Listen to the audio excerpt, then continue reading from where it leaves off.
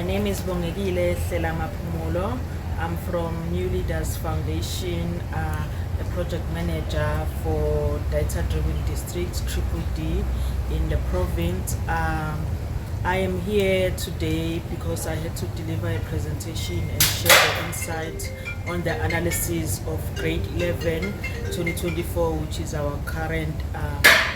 grade 12 in 2026, and also the analysis of T60 schools, which are the schools which performed below 60%.